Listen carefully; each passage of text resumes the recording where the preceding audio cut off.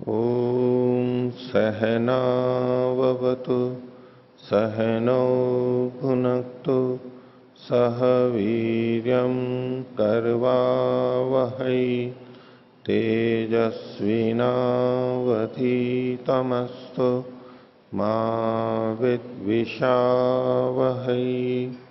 ओम शांति शांति शांति।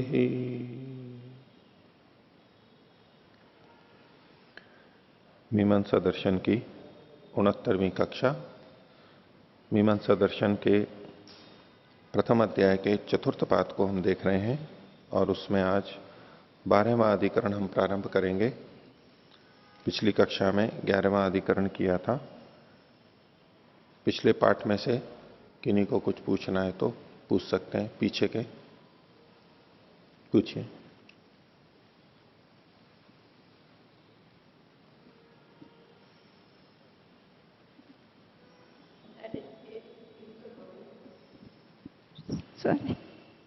Page 324।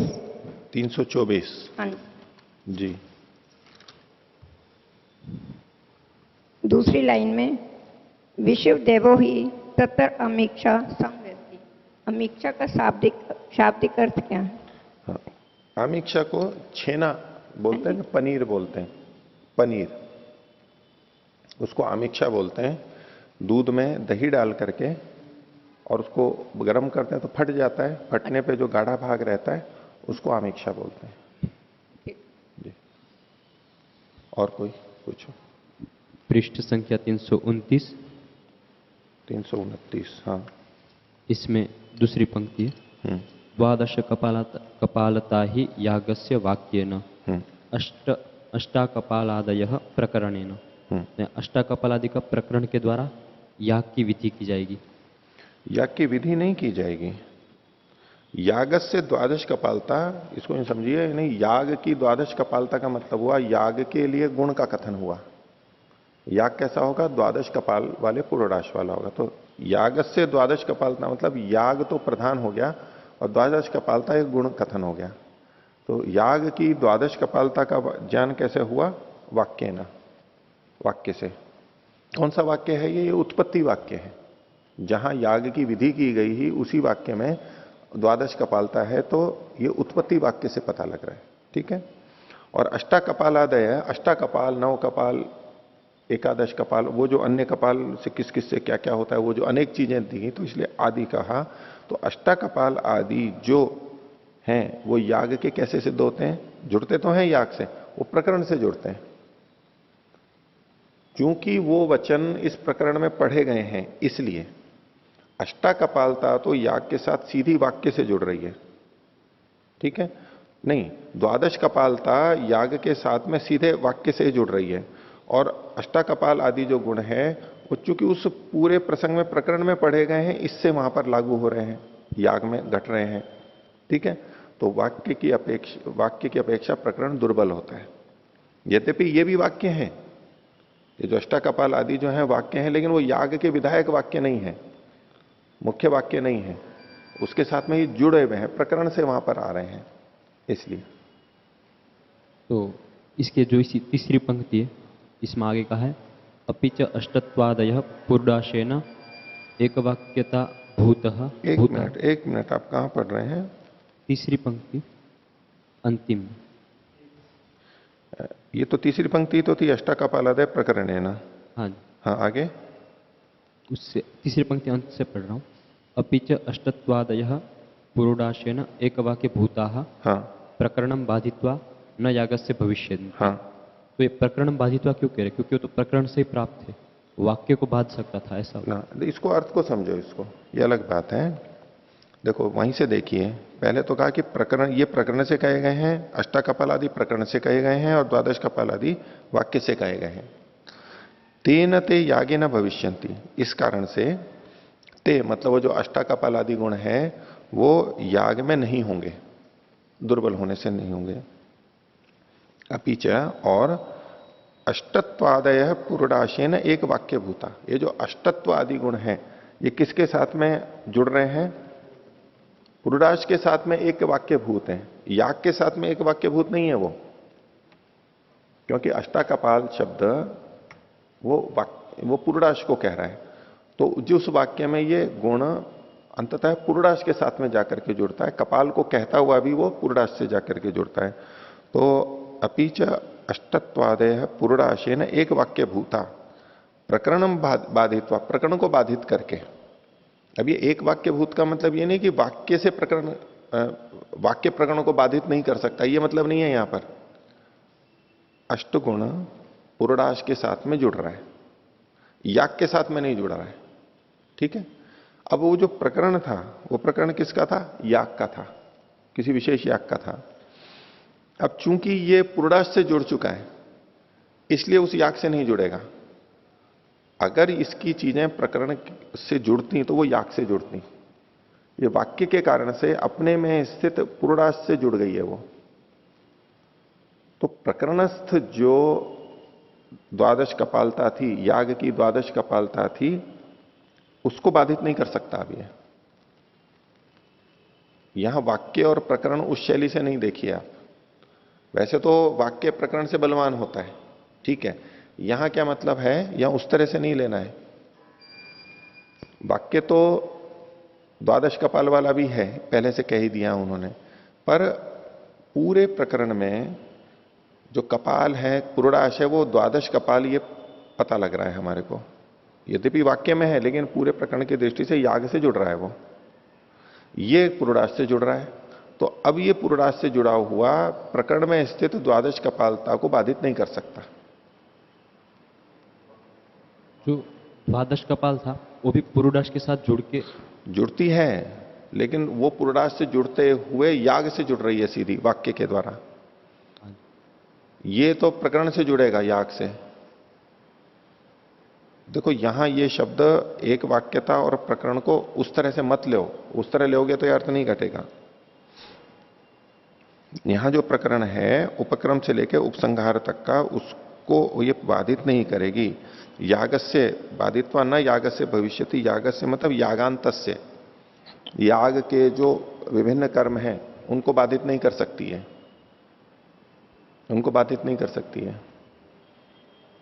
और जो ऊपर जो प्रकरण कहा था अष्टा कपालादय प्रकरण, वो प्रकरण फिर अलग। वो अपनी जगह ठीक है, ऊपर वाला। हाँ। ये अष्टा कपालता याग से जुड़ नहीं रही है, इतना कह रहे हैं। याग से जुड़ नहीं रही है, पुरोडाश तक ही रुक गई बस। अब उस याग में पुरोडाश लिया जाएगा, वहां द्वादश कपाल पुरोडाश पहले से है। अब ये अष्टा कपाल पुरोडाश लिया जा रहा है, वो वहां उसको बाधित नहीं कर सकता है। क्यों नहीं बाधित कर सकता है? पहले वाला अर्थ लीजिए, क्योंकि अष्टा कपाल तो प्रकरण से प्राप्त हो रहा है, द्वादश कपाल वाक्य से हो रहा है, इसलिए उसको बाधित नहीं कर सकता। एक बात हो गई। तो अब ये जो अष्टा कपाल है, ये पुरोडाश से तो जुड़ रहा है, वो तो द्वादश कपाल भी पुरोडाश से जुड़ रहा था। ये पुरोडाश से जुड़ता हुआ प्रकरणस्थ याग से नहीं जुड़ पा रहा है, क्योंकि प्रकरणस्थ याग से द्वादश कपालता पहले से जुड़ चुकी है। प्रकरण याग का है, उसके साथ द्वादश कपालता पहले से जुड़ चुकी है। उस जुड़ी हुई द्वादश कपालता को ये अष्टा कपाल बाधित नहीं कर सकता है। उसको बाधित करे तब ये याग के साथ में जुड़ सकता था। अष्टा कपालता का अष्टगुण यद्यपि पुरोडाश से जुड़ रहा है, लेकिन वो याग से कब जुड़ सकता था? जब द्वादश कपालता पहले हटे, उसको वो ये हटा नहीं सकता है, इसलिए इसका याग से संबंध नहीं होगा। नहीं, इसीलिए देखो आगे कहा यागा संबंधे च अनर्थ कहा, और याग से संबंध नहीं होने पर यह अनर्थक हो जाएंगे। ठीक, इसकी सार्थकता नहीं रहेगी। पुरोडाश है किसके लिए? याग तो होगा ना, देवता के लिए त्याग तो करना पड़ेगा। तो किस देवता के लिए और कहां त्याग है, ये तो आ ही नहीं रहा है, याग से संबंध जुड़ ही नहीं रहा है, तो ये व्यर्थ हो गया है, अनर्थक हो जाएंगे। और पुरोडाश संबंध है फलाभावात, और यदि आप इसको केवल पुरोडाश से ही संबंध रखोगे, याग तक ना ले जाओ और केवल पुरोडाश तक रखो, तो उस पुरोडाश का कोई अलग से फल नहीं कहा गया है वहां पर, तो फल का अभाव होने से तो भी अनर्थक हो रहा है। याग से अगर ये जुड़ जाता तो सार्थक हो सकता था, क्योंकि याग का फल कहा गया है, पुरोडाश का अपने आप में कोई फल नहीं कहा गया, तो दोनों ही तरह से यह अनर्थक हो रहा है। हो गया? हाँ, और बोलो। ओम आचार्य जी अभी इसी प्रसंग में यहाँ पर जो प्रकरणम बाधित्वा में जो प्रकरण है वो वैश्वानरम द्वादश कपालम इसको बता रहा है क्या? इसको बता रहे हैं, हाँ। केवल वैश्वानरम, वैश्वानर द्वादश कपाल को बता रहे हैं। और चूंकि अब पहले ही वैश्वानरम द्वादश कपालम का निर्वपेद के साथ में संबंध हो चुका है, ठीक है, तो बिल्कुल। उसको बिना बाधे मतलब ये उसके साथ याग के साथ में नहीं जुड़ सकता। वैश्वानर इष्टि है, यहाँ पर प्रकरण है वैश्वानर इष्टि, उससे जोड़ करके, हाँ ठीक है।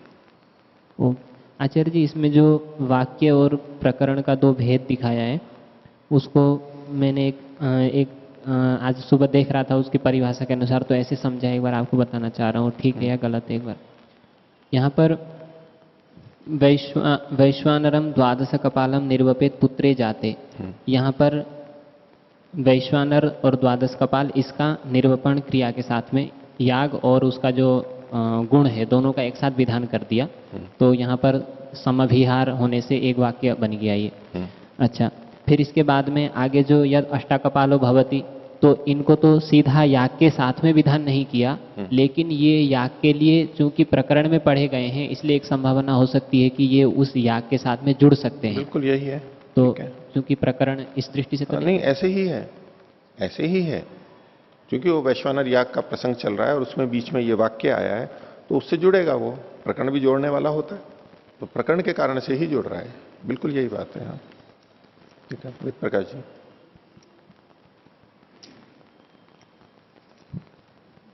आचार्य पृष्ठ संख्या 251।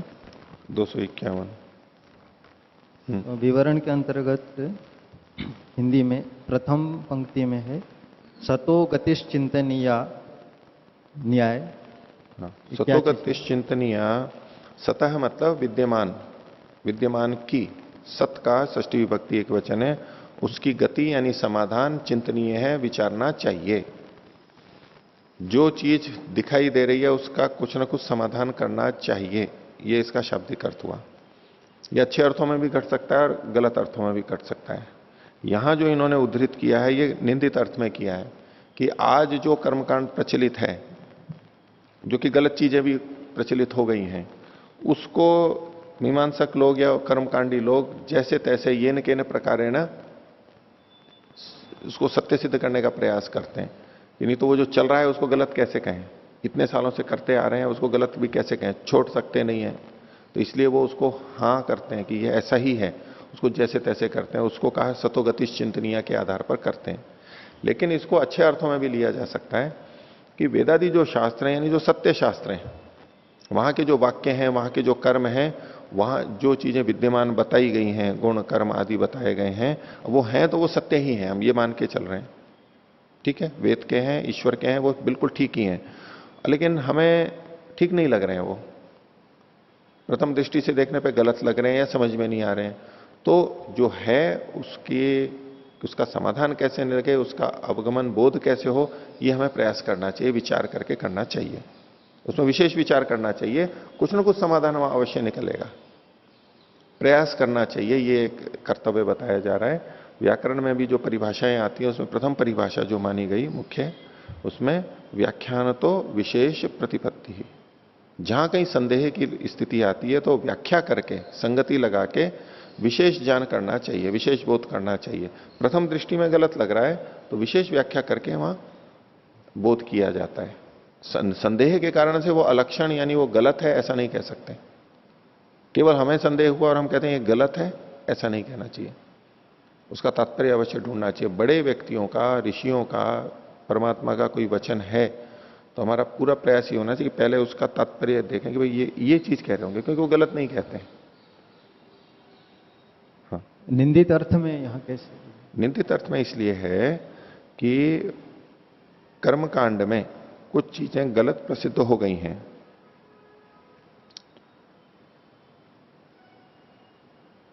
ये जो यज्ञ प्रक्रिया, याज्ञिक प्रक्रिया चल रही है, उसमें कुछ बातें गलत होते हुए भी वो उसके साधुत्व प्रतिपादन में ही अपना श्रेय समझते हैं कि किस तरह से इसको सत्य सिद्ध किया जाए। जैसे आजकल बहुत सारी चीजें गलत भी चल रही हैं, उसको भी सत्य सिद्ध करना चाहते हैं। जैसे धर्म के क्षेत्र के अंदर है, मान लो मूर्ति पूजा है तो उसको भी वो सत्य सिद्ध करना चाहते हैं। शिव जी की पूजा क्यों करनी चाहिए, शिव जी के ये रंग रूप क्यों है, तो उसके लिए विशेष उसमें तरह तरह की बातें कहने लग जाते हैं। उसमें कुछ कुछ तर्क लाते हैं, युक्ति लाते हैं, उसमें कुछ वैज्ञानिकता ढूंढने लग जाते हैं, जो है उसको जिस भी तरह से सिद्ध करना चाहते हैं। नहीं, इसमें ये कारण है, गलत नहीं है वो। ये जो गलत ढंग से प्रयास करते हैं वो ठीक नहीं है। उचित सत्य बात है, उसको हमें सिद्ध करना चाहिए। हमें पता है कि गलत है, फिर भी उसको जैसे तैसे सिद्ध कर रहे हैं। सती प्रथा है, उसको भी कोई सत्य सिद्ध करना चाह रहा है। रिश्वत दी जाती है, उसको भी कोई सत्य सिद्ध करना चाह रहा है, इत्यादि बातें। झूठ बोली जाती है, वो गलत है, लेकिन उसको भी कोई उचित ठहराने के लिए प्रयत्न कर रहा है। ये जो है ये निंदित अर्थों में कहलाता है, सतो गतिश चिंतनीय। वो आचार्य जी पृष्ठ संख्या 332 में 22वां सूत्र, इसमें पहले पूर्व पक्षी ने एक आक्षेप किया था कि अगर हम ब्रह्म वर्चस आदि को कारण मान लेंगे तो अष्टाकपाल आदि का विधान हो जाएगा, तो ये सारे अलग अलग वाक्य हो जाएंगे, तो फिर इसमें मतलब कोई दोष भी नहीं आएगा, गुण विधि हो जाएगी। तो उसके समाधान में जो यहाँ कहा कि यदि कामाय विधयः भिन्नानि वाक्यानि स्युः, यदि अलग अलग कामनाओं के लिए इन विधानों को मानेंगे तो ये सारे अलग अलग वाक्य होंगे, परंतु यहाँ पर अलग अलग वाक्य वस्तुतः नहीं है। ऐसा कहते हुए फिर अंतिम भाष्य के अंतिम में एक पंक्ति कही है, तस्य मध्ये अष्टत्वादयः श्रूयमाणा यदि न संबध्येरन ततो वाक्यांतराणि भवेयुः। ये वाक्य यहाँ पर कैसे संगत हो रहा है वो नहीं समझ में आया। ये तो आपने कुछ बात तो आगे की कही।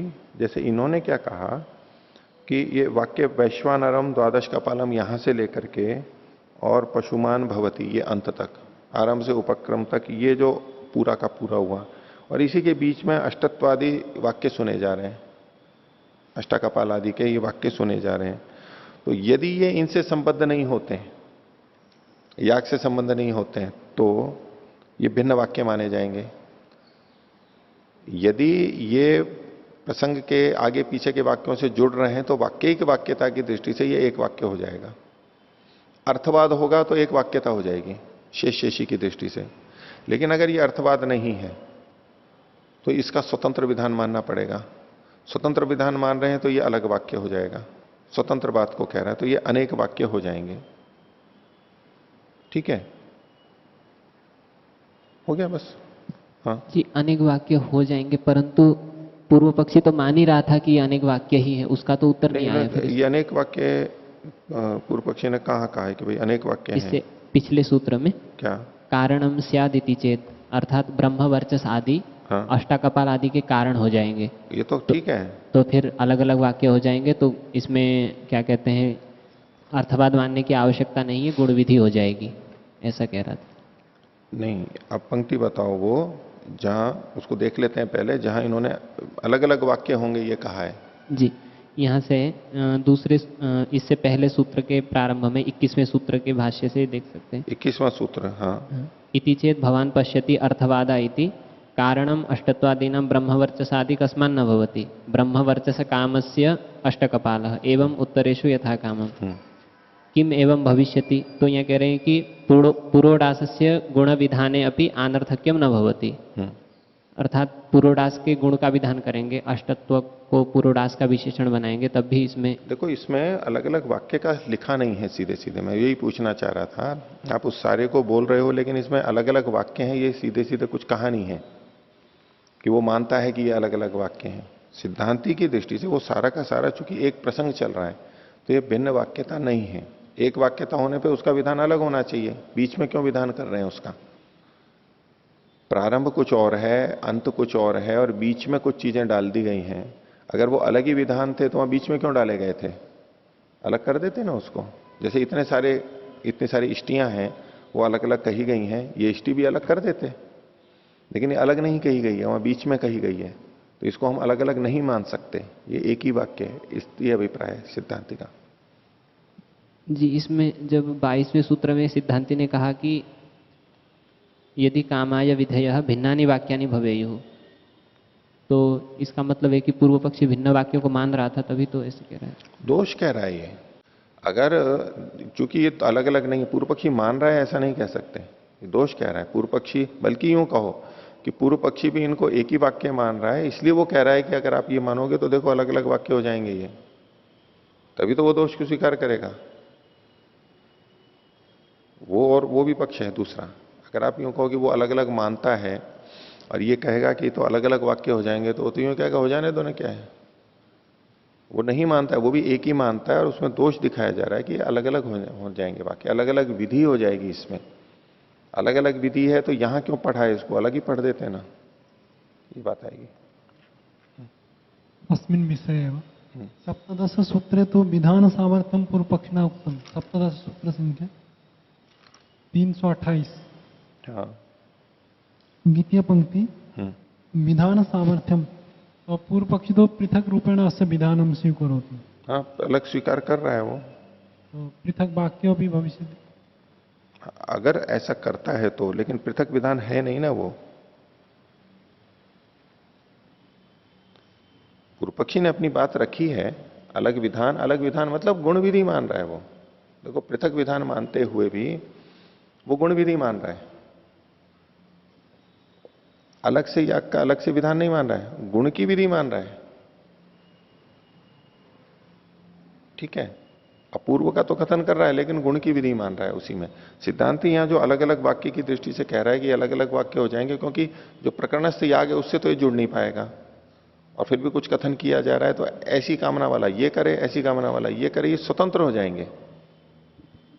अस्मात् कारणात् स्वतंत्र भविष्यति। क्यों स्वतंत्र होंगे? क्योंकि यहां अलग अलग कामना कही गई है। इस कामना हो तो ये करे, ये कामना हो तो ये करे।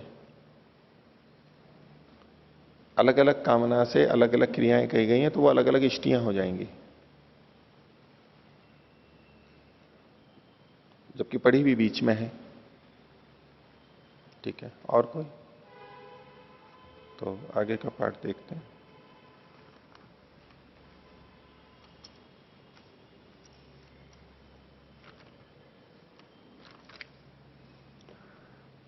पृष्ठ संख्या 334, मीमांसा दर्शन के प्रथम अध्याय का चौथा पाठ।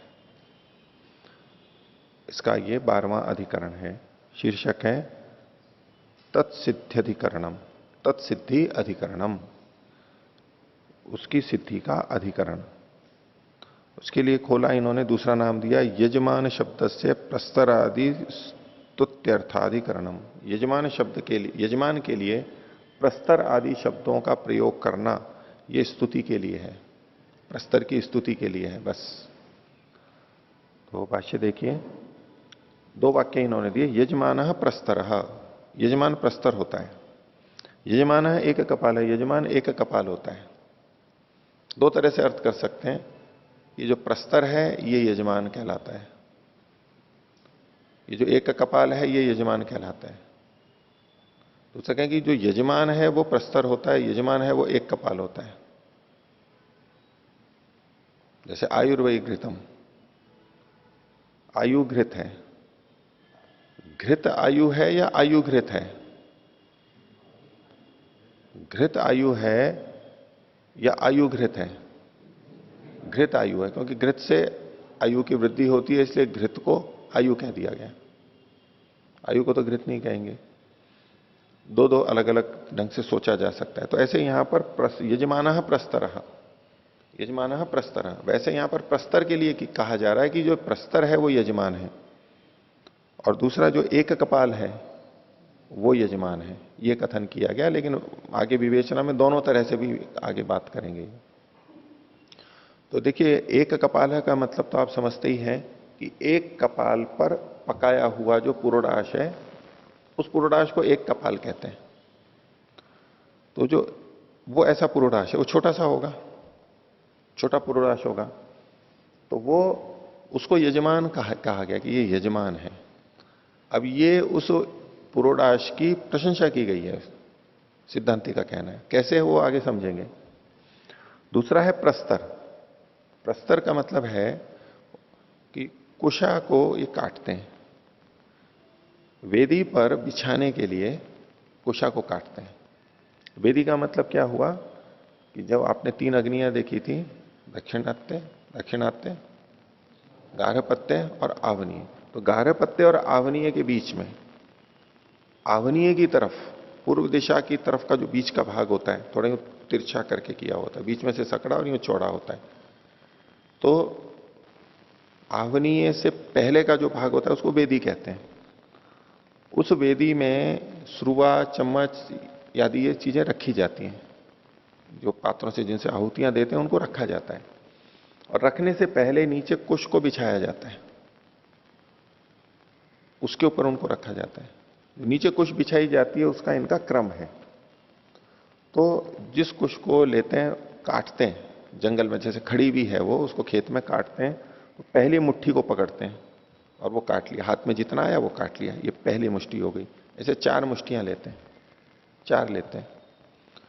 और उसमें से जो पहली वाली मुट्ठी थी उसको जब बिछाया जाता है उसको प्रस्तर बोलते हैं। इसमें क्या करते क्या है, जो पीछे की 3 मुट्ठियां थी जो काटा हुआ था उनको पहले नीचे बिछाते हैं। सबसे पहले नीचे, बाद की जो 3 थी उनको बिछाते हैं, पहली वाली को अलग रखते हैं। और जो नीचे बिछाते हैं वो कैसे कि उसके तिनके का जो ऊपर का भाग होता है पतला, और एक नीचे का भाग होता है जो कटा हुआ, तो पूर्व दिशा की तरफ उसके अग्र भाग को रखते हैं। जो पतला ऊपर का भाग होता है उसको पूर्व की तरफ रखते हैं, उसको कहते हैं प्रागग्र। प्राग दिशा में अग्र भाग है उसका, प्रागग्र। उसको यूं बिछाते हैं और उसको यूं यूं यूं यूं फैला देते हैं।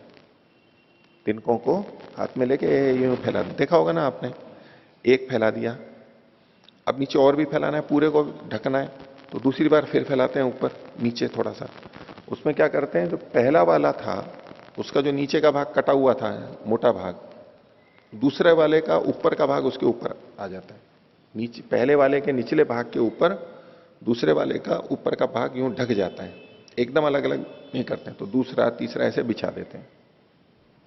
ये तो सबसे नीचे का हो गया। फिर उसमें 2 तिनके जो मजबूत होते हैं वो उत्तर की तरफ मुख रख करके रखे जाते हैं, उदग अग्र। उत्तर दिशा की तरफ उनका अग्रभाग होता है, ऐसे एक उधर और एक इधर, 2 तिनके मोटे रखे जाते हैं, उसको विधृति कहते हैं। तो पहले प्रागग्र बिछा दिया पूरा, बीच में 2 बिछाए, उसको उदगग्र हो गए। अब उसके ऊपर से फिर पहली मुट्ठी को बिछाते हैं प्रागग्र, ये प्रस्तर कहलाता है। जो सबसे ऊपर वाला होता है इसको प्रस्तर कहते हैं, जो प्रथम मुष्टि से होता है। अब इसमें ये शैली है प्रागग्र और उदगग्र। पूर्व दिशा की तरफ अग्रिम भाग छोर होना चाहिए या तो उत्तर की तरफ होना चाहिए, ये सब विधियों के अंदर किया जाता है। जैसे तिनके बिछाने हैं, कुछ बिछाना है, इसमें भी है। हम जो जल सिंचन करते हैं वहां भी यही बात है। जल सिंचन में अदिते नुमन्यस्व हम जब करते हैं तो क्या करते हैं, जो पूर्व दिशा में बैठा है यानी पश्चिमाभिमुख है, वो अपनी बाईं तरफ से दाईं तरफ ईशान कोण की तरफ ले जाता है, यानी दक्षिण से उत्तर की तरफ इधर से यूं ले जाता है। ठीक है, उसमें अगर मान लो ये यजुकुंड है, उधर पूर्व दिशा, इधर पश्चिम दिशा, तो वो इधर से इधर लेके जाता है, जल सिंचन करता है। ये ईशान कोण है, दीपक रहता है, तो इधर से इधर किया तो ये अंत अग्र कहां हुआ, इसका जो समाप्ति हो रही है वो अग्र कहलाएगा। जहां से शुरुआत की वो उसका तलवा कहलाएगा, नीचे का भाग, तो ये उदक अग्र हुआ, हो गया। दूसरा जल सिंचन यजमान करता है जो पूर्व दिशा की तरफ, वो भी अपने दाईं तरफ से, वो अपने दाईं तरफ से बाएं हाथ की तरफ करता है, दाईं तरफ से बाईं तरफ करता है ना, तो ये भी इधर से यानी दक्षिण से उत्तर की तरफ गया, ये भी उदक अग्र हुआ। अब तीसरा जो है सरस्वत्यनुमन्यस्व, ये पश्चिम से पूर्व की तरफ कर रहा है, ये उदक अग्र हुआ। प्राग अग्र, हाँ ये प्राग अग्र हुआ। पहले 2 उदक अग्र हो गए और ये प्राग अग्र हुआ, 3 हो गए। अब जो अंतिम वाला बचा वो यहां से प्रारंभ करके पूरा करके और यहां छोड़ा जाता है। यहां क्यों छोड़ा जाता है, क्योंकि इसमें ये प्राग अग्र होगा। कई जने इसको अलग ढंग से करते हैं, यहां ला करके यहां बीच में समाप्त करते हैं, यहां से शुरू करते हैं, यूं ला करके यहां बीच में समाप्त करते हैं। अगर यहां बीच में समाप्त किया है तो अब ये किसकी तरफ अग्र दिशा वाला है, दक्षिणाग्र हो जाएगा। ये उदक अग्र होना चाहिए, ये समाप्ति इसकी यहां होनी चाहिए, जो चारों तरफ भी जा रहा है वो भी ऐसे ही होनी चाहिए। इसी तरह से हम जो आघार आहुतियां देते हैं वो भी, चाहे हम उत्तर की तरफ दें चाहे दक्षिण की तरफ, यूं उधर करके यूं लंबी देते हैं, लंबी देते हैं, वो कहां जाके समाप्त होती है, प्रागग्र समाप्त होती है, प्रागग्र होती है। तो आहुतियां देते हैं, जल सिंचन करते हैं, ये तिनके रखते हैं, जो भी रखते हैं, तो ये दो दिशा निर्धारित हैं, या तो प्रागग्र होता है या उदगग्र होता है। तो ये जो प्रस्तर हैं ये ऊपर की तरफ रखे जाते हैं। अब इसके ऊपर चमस आदि, श्रुवा आदि ये चीजें, पात्र रखे जाते हैं, सम्मान और उसके लिए, अच्छे के लिए है ये। तो प्रस्तर, तो ये जो प्रस्तर है ये यजमान है, ये जो एक कपाल है ये यजमान है, इत्यादि समामनायते, ये ऐसे वचन हमारे को मिलते हैं। तत्र संदेह, इसमें संदेह है कि किम यजमान प्रस्तर इति एष गुण विधि किम अर्थवाद। पहला उदाहरण इन्होंने लिया अभी केवल, यजमान प्रस्तर, ये गुण विधि है या अर्थवाद है। आगे, तथा यजमान एक कपाल थी, इसी तरह से यजमान एक कपाल जो दूसरा वचन है उसके लिए भी प्रश्न होगा कि ये गुण विधि है या प्राशस्त्य कथन है, केवल अर्थवाद है। तो किम तावत प्राप्तम, तो पूर्व पक्षी कह रहा है गुण विधि रीति, ये गुण विधि है। तो सिद्धांति पूछता किम एवं भविष्यति, इसको गुण विधि मानने से फर्क क्या पड़ेगा, क्या होगा। तो एवं अपूर्वम अर्थम विधास्यति, जब इसको हम गुण विधि कहेंगे तो अपूर्व अर्थ का विधान होगा, क्योंकि इस गुण की विधि पहले नहीं की गई है, अज्ञात है, अविज्ञेय है, तो नई बात कही जाएगी। तो विधान हो रहा है तो नए का ही होना चाहिए, तो हमने नए का विधान हो जाएगा, ये सार्थकता होगी। इतर्था अर्थवादो अनर्थका स्यात्, यदि आप गुण विधि नहीं करेंगे तो आप अर्थवाद मानेंगे, और अर्थवाद मानेंगे तो ये अनर्थक हो जाएगा। और अर्थवत्वंच न्याय्यम, जो सार्थकता है वो उचित है, न्याय है, सार्थकता तो होनी ही चाहिए, कुछ कथन किया है तो सार्थकता तो होनी चाहिए, तो हम यही सार्थकता कर लेंगे गुण विधि की। तस्मात् विधि ही, इसलिए ये विधि है, यानी गुण विधि है। इस पर सिद्धांति 23वें सूत्र में कह रहा है तत्सिद्धि ही, कि इसको जब हम इसको यानी इसको गुण मानेंगे तो गौण अर्थ से ये यहां पर स्तुति अर्थवाद मानेंगे तो तत्सिद्धि यानी यजमान के कार्यों की सिद्धि होती है, सिद्धि कार्य की सिद्धि होती है, ऐसा मानेंगे तो कहा कि नैतदेवम, ये इन्होंने भाष्यकार ने स्वयं जोड़ दिया, नैतदेवम ये नहीं है, क्योंकि उन्होंने पृष्ठभूमि नकार की दी थी, पूर्व पक्षी को दे दिया, तो नैतदेवम ये ठीक नहीं है। यदा विधि स्यात्, कहा कि अगर इसको विधि मान लिया जाए तो क्या होगा, वो दोष दिखा रहा है। यदि गुण विधि माना जाए तो क्या होगा, तो कहा प्रस्तर कार्य यजमानो नियम्येता, प्रस्तर के कार्य में यजमान को लगाना पड़ेगा। ये कब बात हो जाएगी कि जब यजमान को प्रस्तर माना जा रहा है, यजमान को प्रस्तर माना जा रहा है कि ये यजमान क्या है, प्रस्तर है, तो प्रस्तर के जो कार्य थे उन कार्यों में यजमान को लगाया जाएगा। प्रस्तर के जो कार्य थे, मान लो एक मंत्री है, प्रधानमंत्री है या राष्ट्रपति है, राष्ट्रपति नहीं है तो उपराष्ट्रपति उनकी जगह पे जब आएगा, ये अब राष्ट्रपति है तो उनके कार्य को करेगा। तो ऐसे ही प्रस्तर, यजमान को जब प्रस्तर कहा जाएगा, ये प्रस्तर है, तो जो प्रस्तर के कार्य प्राप्त हो रहे हैं वो उसको करने होंगे। तो प्रस्तर कार्य यजमानो नियम्येता, प्रस्तर के कार्यों में यजमान को लगाना पड़ेगा।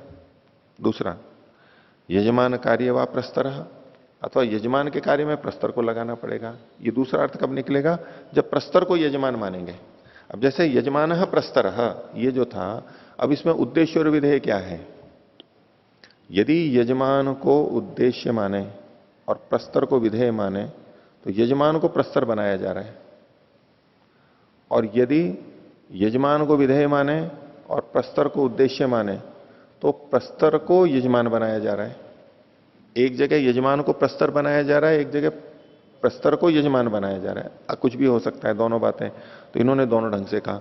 तो यजमान कार्य व प्रस्तर, यदि प्रस्तर को यजमान कहा जा रहा है तो प्रस्तर से वो कार्य किए करवाए जाएंगे जो यजमान करता है, यजमान के कार्य प्रस्तर को प्राप्त होने लगेंगे। ठीक है,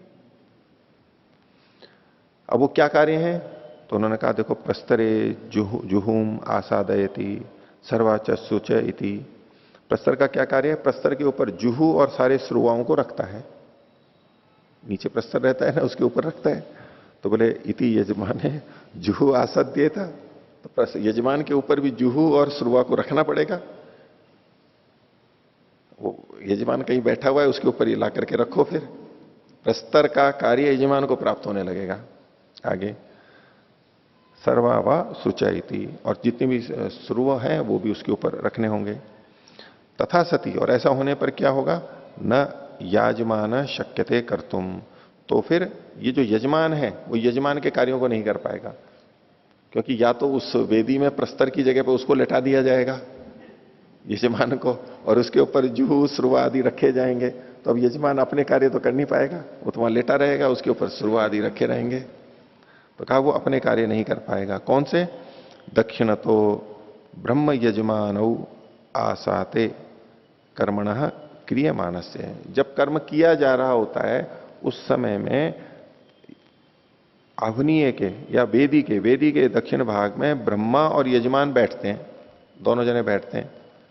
वहां आपने देखा ही होगा, आवनीय के और वेदी के इधर बैठते हैं वो, तो उसका वहां बैठने का काम है जिस समय क्रिया चल रही है, और यहां वो प्रस्तर की जगह पर रखा रहेगा तो वहां तो नहीं बैठ सकेगा ना, अपना कार्य नहीं कर पाएगा, ये दोष बताया।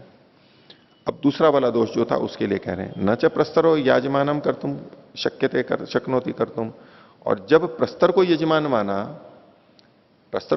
माना तो यजमान के कार्य प्रस्तर को प्राप्त होने लगेंगे, प्रस्तर को यजमान वाले कार्य करने होंगे, तो वो यजमान के जो कार्य हैं उनको याजमान कहा इन्होंने। तो न च प्रस्तरो याजमानम शक्नोति कर्तुम, यजमान के कार्य क्या है, जैसे व्रत है, दीक्षा है, ये सब कार्य हैं, तो प्रस्तर उन कार्यों को कहां कर सकता है।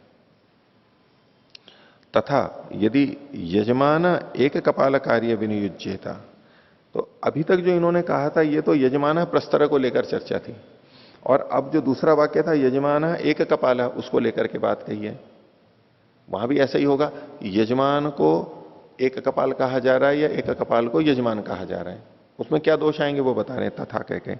तो यदि यजमान एक कपाल कार्य विनियुज्यत है, यदि यजमान को एक कपाल के कार्य में लगाया जाए, तो यजमान को एक कपाल के कार्य में लगाया जा रहा है, तो किसको क्या कहा जा रहा है यहां पर,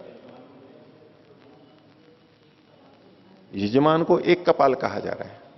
ये यजमान है वो एक कपाल है, एक कपाल पुरोडाश है, तो जो पुरोडाश एक कपाल पुरोडाश के जो कार्य थे वो यजमान को प्राप्त होने लगेंगे। इसलिए इन्होंने कहा कि तथा यदि यजमान है एक कपाल कार्य विनियुज्यता, एक कपाल के कार्य में लगने लगे तो सर्वहुत क्रियता, उसके सारे की आहुति देनी पड़ेगी। और सारे की तो कैसे वो अलग है, लेकिन आहुति देनी पड़ेगी, क्योंकि पुरोडाश की तो आहुति दी जाती है। इसमें सारे की आहुति क्यों दी जाती है, अन्य जो पुरोडाश होते हैं जैसे अष्टा कपाल है, द्वादश कपाल है, एकादश कपाल है, तो चूंकि अनेक कपाल होते हैं तो वो बड़ा बनता है, पुरोडाश बड़ा बनता है, तो उसमें से आहुति पूरे की नहीं दी जाती है, उसमें कहीं आगे का एक अंगुष्ठ मात्र भाग लेते हैं, थोड़ा सा पीछे का लेते हैं, पूर्व दिशा का, पश्चिम दिशा, उत्तर का, ऐसे अलग अलग जगह से ले लेकर के आहुति दी जाती है, उसका विधान है। यानी पूरे की आहुति नहीं दी जाती है।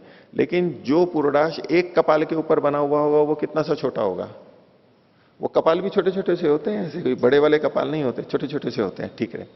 तो उस पर जो पुरोडाश बना है वो छोटा सा ही तो होगा। तो जो एक कपाल पुरोडाश होता है उसके पूरे की आहुति दी जाती है, क्योंकि वो होता ही अंगुष्ठ मात्र है लगभग, उसी में से टुकड़े कर करके देंगे तो बहुत छोटा हो जाएगा। तो कहा कि जो एक कपाल पुरोडाश है उसके तो पूरे की आहुति दी जाती है, टुकड़े की नहीं दी जाती। ऐसे ही यजमान को भी पूरे के पूरे को वहां आहूत करना पड़ेगा। अब यजमान वहां चला जाएगा तो क्या होगा, तत्र सर्वतंत्र परिलोप स्यात्, ये पूरे तंत्र का याग का लोप हो जाएगा। वही तो करवा रहा था, उसी के लिए तो हो रहा था, ये सारा हो जाएगा। न च एक कपालो याजमानम शक्नोति कर्तुम, अब ये विपरीत कह रहे हैं, ये जो एक कपाल है वो यजमान के कार्य नहीं कर सकता। ये अर्थ कब बनेगा, जब यूं कहेंगे कि एक कपाल यजमान होता है, पहले था यजमान एक कपाल होता है तो यजमान की आहुति देनी पड़ेगी, और जब कहा कि एक कपाल पुरोडाश यजमान है तो एक कपाल पुरोडाश को यजमान के कार्य करने पड़ेंगे, वो हो नहीं सकते, वो कर नहीं सकता है। तस्मात् न विधि, इसलिए यहां पर गुण विधि नहीं है। ये विध्यंतरम च अस्ति, और इसके यानी एक कपाल और प्रस्तर आदि के लिए अन्य विधियां हैं, अन्य इनके कार्य बता रखे हैं, इसलिए भी यहां पर यह अर्थ नहीं ले सकते। दूसरी बात, दूसरा प्रमाण प्रस्तुत करें, विध्यंतर है। प्रस्तरम उत्तरम बर्हिश साधयति, प्रस्तर को बाद वाले ऊपर बरही के ऊपर बिछाता है, नीचे थी बरही फिर उसके ऊपर भी करता है। और एक कपालम सर्वहुतम करोति, एक कपाल को पूरे के पूरे को आहुति देता है। तो यदि एक कपाल पुरोडाश यजमान के कार्य करने लगेगा तो सर्वहुत नहीं होगा, तो इसके लिए अलग कार्य बता रखा है। इसलिए भी आप वहां गुण विधि नहीं कर सकते, और गुण विधि करके फिर अन्य कार्य प्राप्त होने लगेंगे, वो फिर गलत हो जाएंगे। आगे तस्मादपि न विधि, इस कारण से भी ये विधि नहीं है। किमतर ही, तो कहा अर्थवाद है, ये तो अर्थवाद है। यजमानो ज्यायते एव अल्पविराम प्रस्तर एक कपाल इति च, यजमान जो है वो जाना जाता है, यजमान जाना जाता है। कौन? प्रस्तर एक कपाल, प्रस्तर और एक कपाल को यजमान जाना जाता है। यहां पर प्रस्तर और कपाल को, एक कपाल को यजमान जाना जाता है। और जो ज्ञात होता है उसकी विधि नहीं होती है, ज्ञात होता है उसकी विधि नहीं होती है, वैसे वो एक अलग बात है। लेकिन यहां पर प्रस्तर और एक कपाल को यजमान जाना जाता है, ये यहां पर प्रशंसा के रूप में कहा गया है।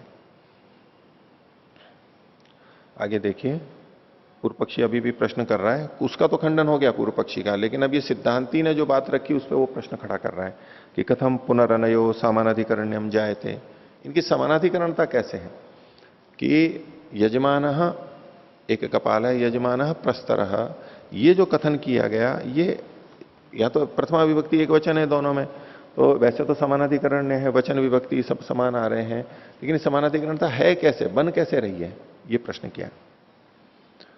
तो न ही प्रस्तर एक कपालो वा यजमान, क्योंकि ये जो प्रस्तर है एक कपालो वा, प्रस्तर हो अथवा एक कपाल हो, वो यजमान तो है नहीं, तो इनमें समानाधिकरण कैसे घटेगा।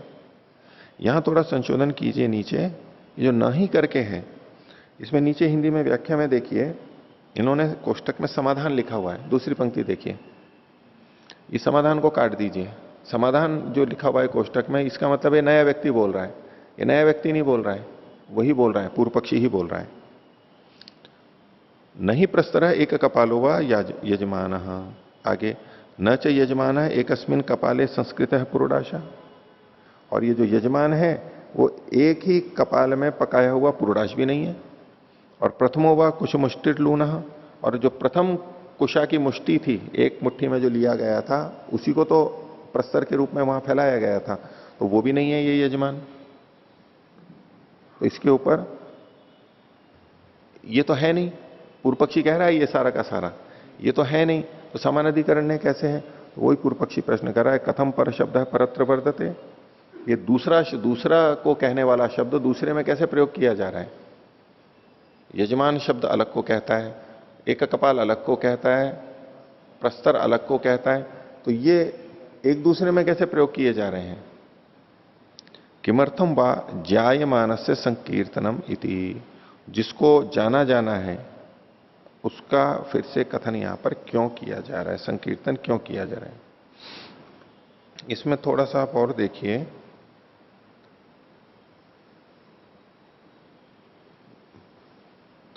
पृष्ठ संख्या 337 पर रेखा के नीचे जो हिंदी का भाग है, या ये दोबारा छप गई है पंक्ति, तो पहली पंक्ति पूरी कट जाएगी और दूसरी पंक्ति में जो गई है ये भी कट जाएगा। इसके पूर्व पृष्ठ पर गई लिखा हुआ है, अथवा प्रथम काटी गई कुशा की मुष्टि है, यहां पर ऊपर की एक पंक्ति और नीचे गई, ये शब्द काट दीजिए। और फिर जो ये आक्षेप लिखा हुआ है इसको भी अलग से लिखने की जरूरत नहीं है, क्योंकि वही पूर्व पक्षी ही चला आ रहा है।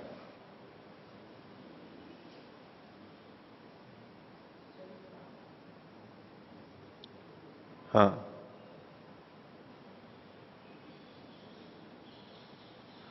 तो देखिए यहां किमर्थम व जायमानस्य संकीर्तनम इति, ये क्यों किया जाता है कि जो जाना गया है, यानी ये जो पहले से पता है उसका संकीर्तन क्यों किया जा रहा है, उसको क्यों पढ़ा जा रहा है। तो उसमें अब सिद्धांति उच्चते से यहां सिद्धांति उत्तर दे रहा है, उच्चते जायमान संकीर्तते स्तोतुम, जो जाना गया है उसका संकीर्तन फिर से क्यों किया जा रहा है, उसकी स्तुति के लिए किया जा रहा है। तो जो प्रस्तर और एक कपाल पहले से पता थे, उनका फिर से कथन किस लिए किया जा रहा है, उनकी स्तुति के लिए किया जा रहा है। कैसे स्तुति है वो आगे बता रहे हैं।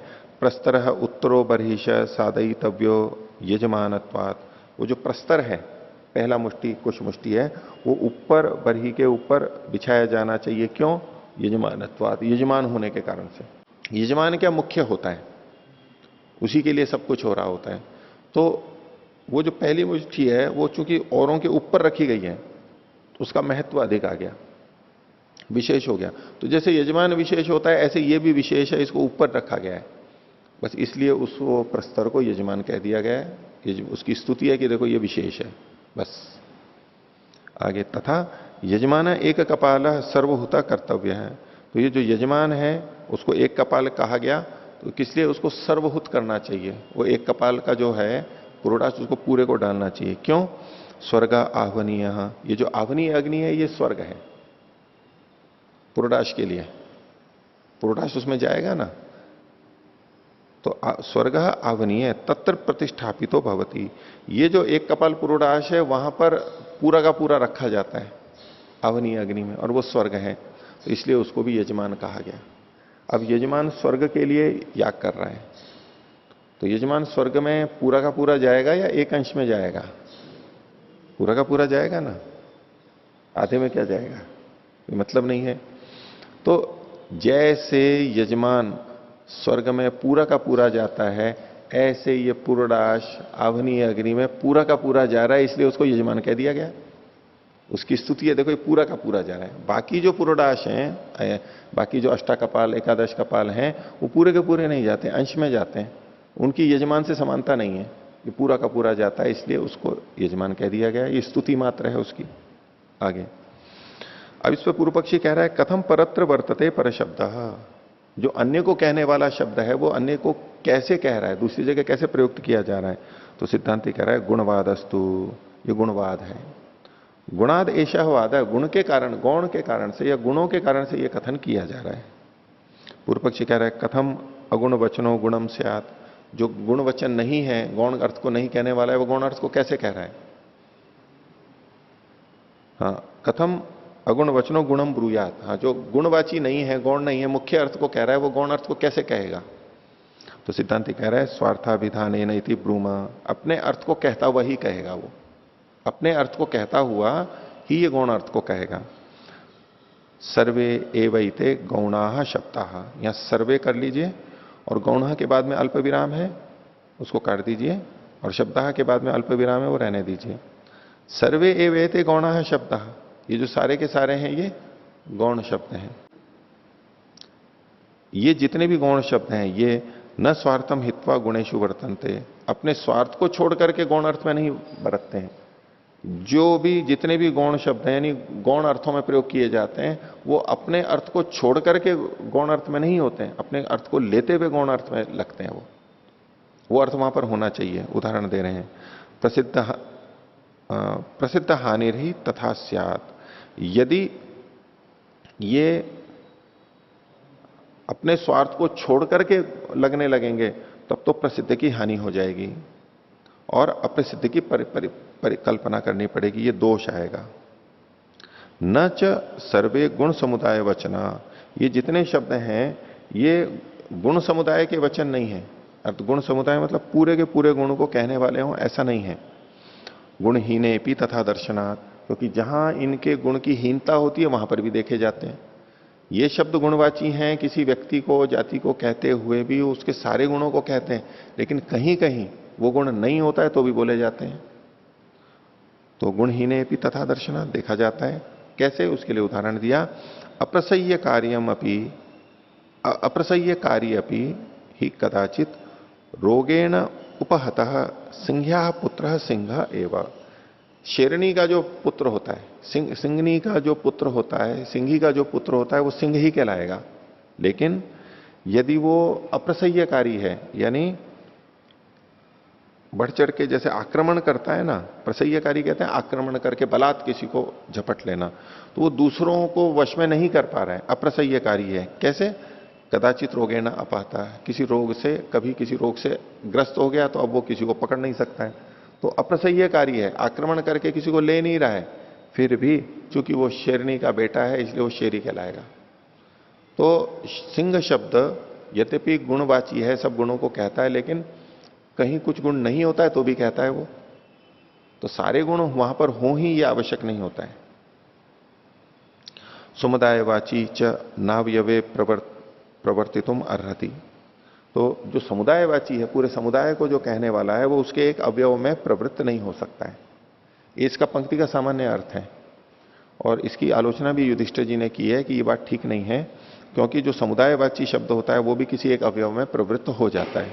पीछे इन्होंने व्याख्या की है, जो समुदायवाची शब्द है वो एक अवयव में भी प्रसिद्ध हो जाता है।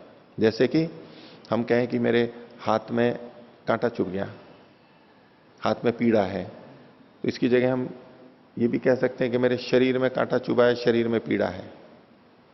शरीर का कहते हुए हम एक अवयव में भी कह सकते हैं, और अवयव में होते हुए भी हम शरीर का ही मानेंगे उसको, एक ही बात है।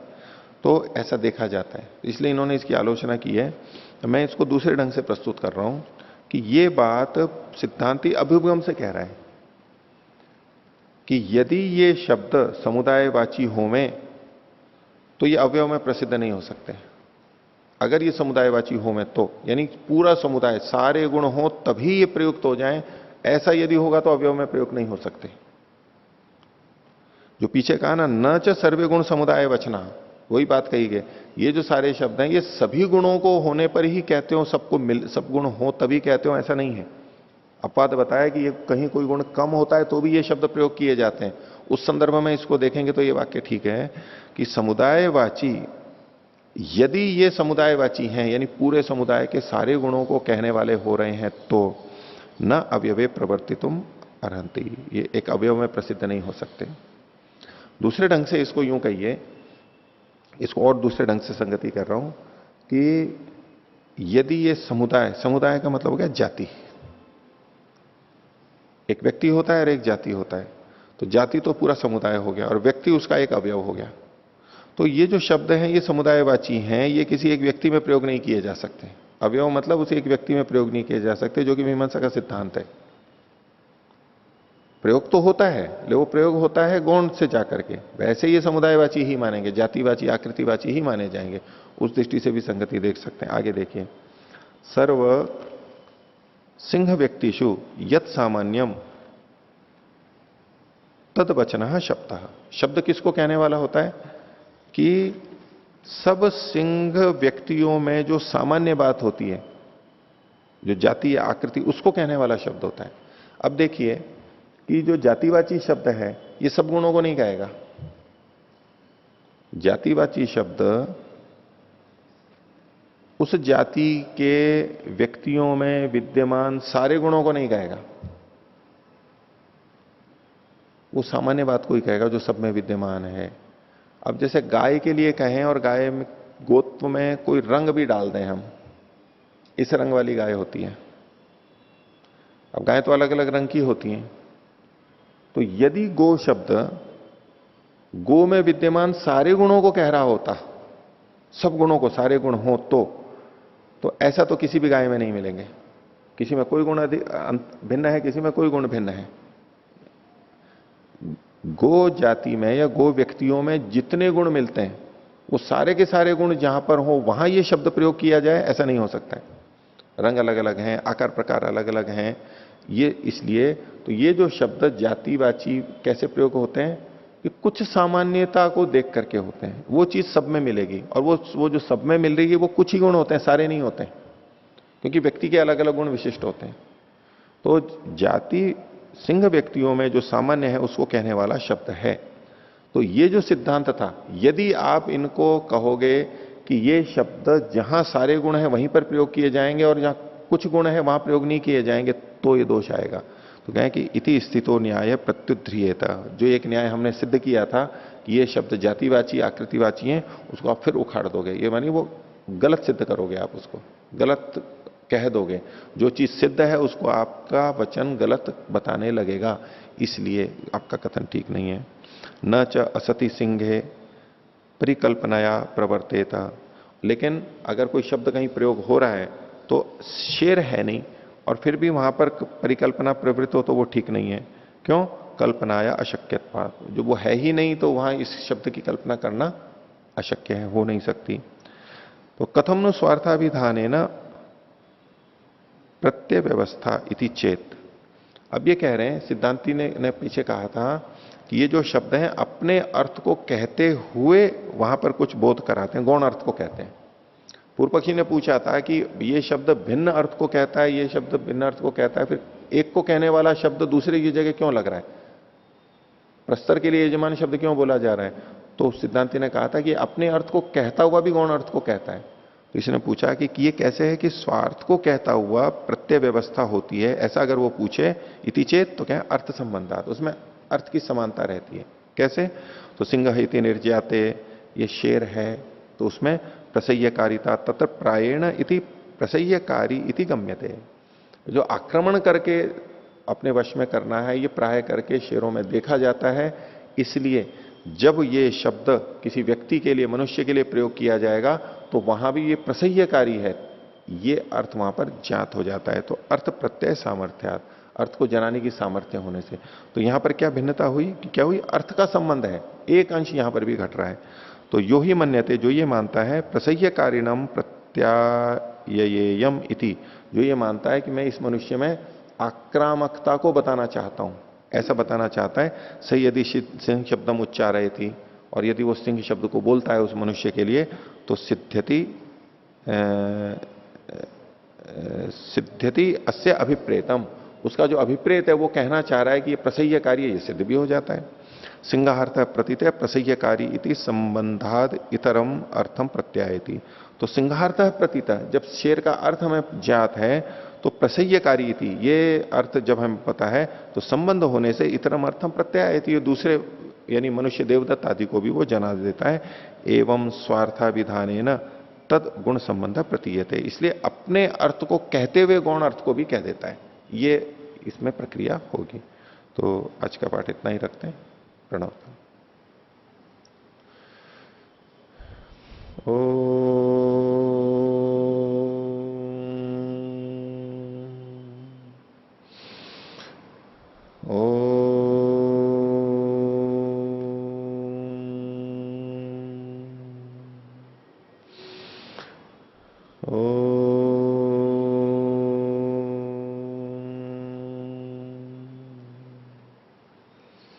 सभी को सदर अभिवादन। ओम।